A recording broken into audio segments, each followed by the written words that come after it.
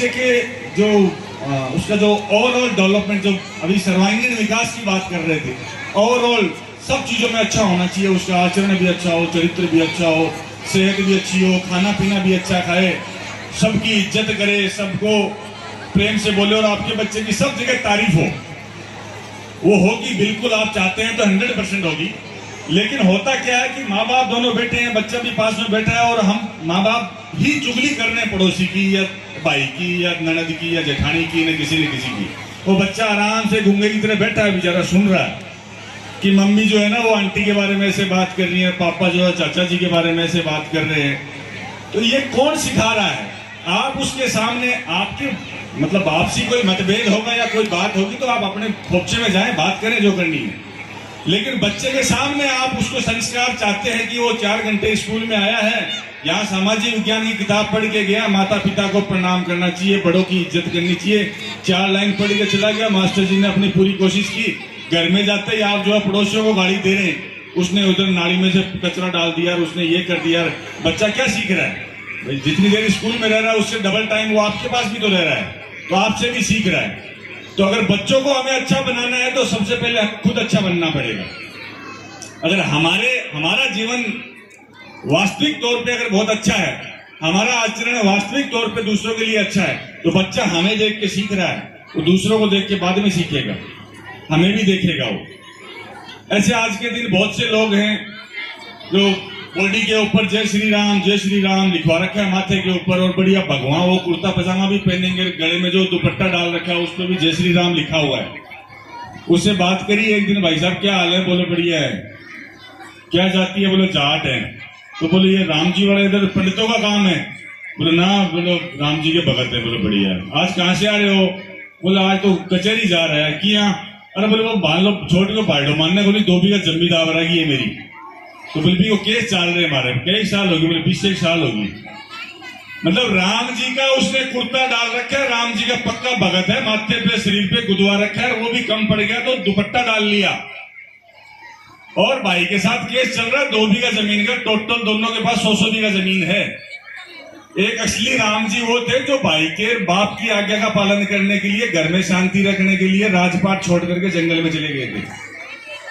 आप उस राम जी की भक्ति की बात कर रहे हो जो अपने भाइयों के लिए, अपने पिता की आज्ञा के लिए पूरा राजपाट छोड़ करके, भगवा धारण करके जंगल में निकल गया था, और भाई के साथ केस चल रहा है। तो ये कैसा भाईचारा है और ये कैसी राम की भक्ति है?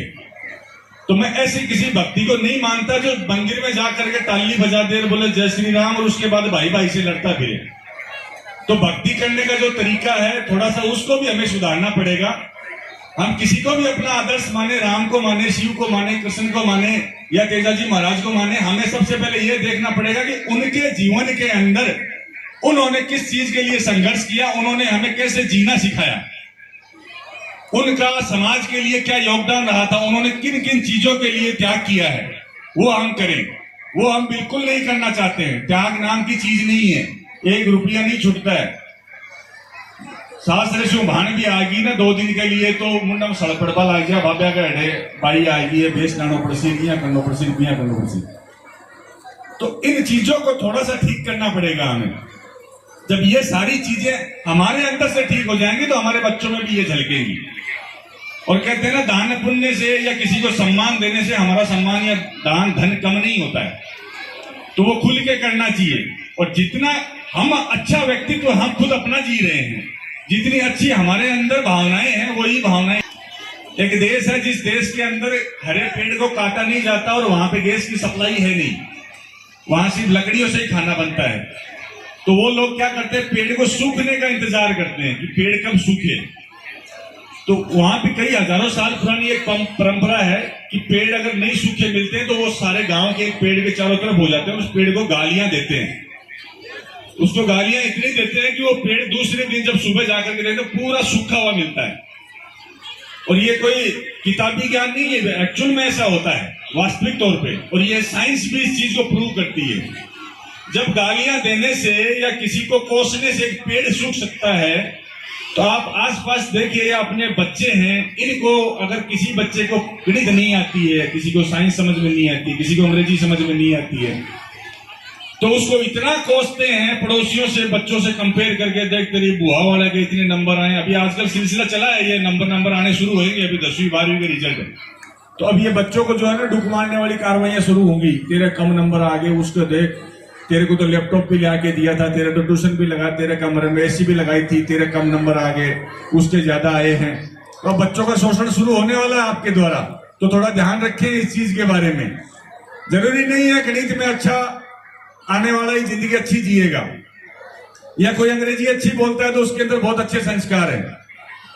जिन देश की राष्ट्रभाषा अंग्रेजी है, वहां का बच्चा पैदा होते ही अंग्रेजी बोलता है। ब्रिटेन में, अमेरिका के अंदर, लंदन में, वहां भी क्राइम होते हैं, वहां के बच्चे भी रेप करते हैं, वहां के बच्चे भी मर्डर करते हैं, वहां के भी चोरी करते हैं, जेल में जाते हैं। हमसे, इंडिया से ज्यादा, इंडिया से आधी जनसंख्या और इंडिया से ज्यादा लोग वहां के जेल में पड़े हैं।